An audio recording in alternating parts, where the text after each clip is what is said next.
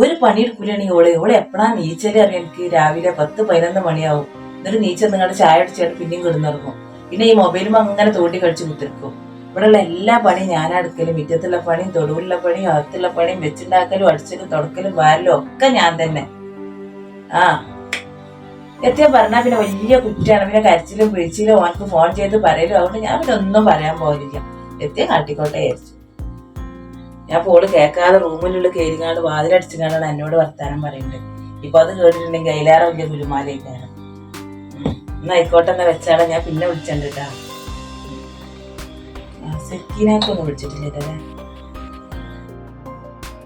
സെക്കീന, നല്ല വർത്താനടി. പുതിയ മരുകളൊക്കെ വന്നേക്കണല്ലോ, എന്തൊക്കെ വർത്താനം? തുടക്കത്തിലൊക്കെ തേനെ മാനേന്നൊക്കെ പറയും. ഇവിടെ ഉണ്ട് പൊരുത്തി. വന്ന നല്ല ചക്കരയിൽ ഒരു പണി എടുക്കൂലെന്നേ, എപ്പോഴും കിടന്നുറങ്ങും. ഇജ്ജ് ഞാനോട് പറയണ്ടട്ടെ, ഞാൻ ഇപ്പൊ എന്നോടായിട്ട് പറയണം.